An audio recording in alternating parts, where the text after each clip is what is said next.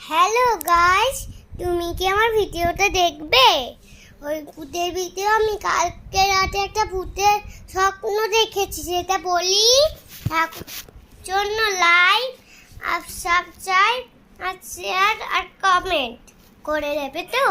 করে দিয়েছো? ওয়াও! তাহলে বলছি, গল্পটা হচ্ছে আমি আর মিষ্টি আর মা মিলে একটা স্কুলে গেছিলাম মারকুটি করে। তারপরে মারকুটি যখন হয়েছিল খারাপ, তখন রাত হয়ে গেছিল। একটা জায়গায় গেছিলাম, সেখানে কুটি ঠিক করে দিয়েছিল। তারপরে মা লাইটটা বন্ধ করে দিয়েছে। তখন শুয়ে পড়েছিলাম আমি। তখন উঠে বললাম, লাইটটা জ্বালাও মা, লাইটটা জ্বালাও।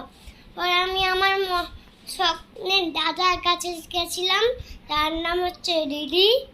তারপরে ওই দিদির বাড়ি গিয়ে ওই জানলাতে দেখলাম একটা ভূত, আর চোখ সাদা সাদা, আর ঠোঁটের ভেতরটা একদম ছপে কালো, ডিপ কালো।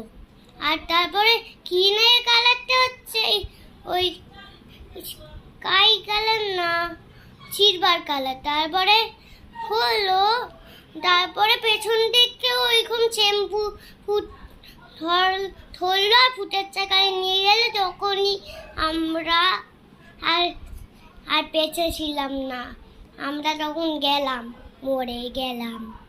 এটাই হচ্ছে শেষ গল্পটা, হয়ে গেল আমার গল্প।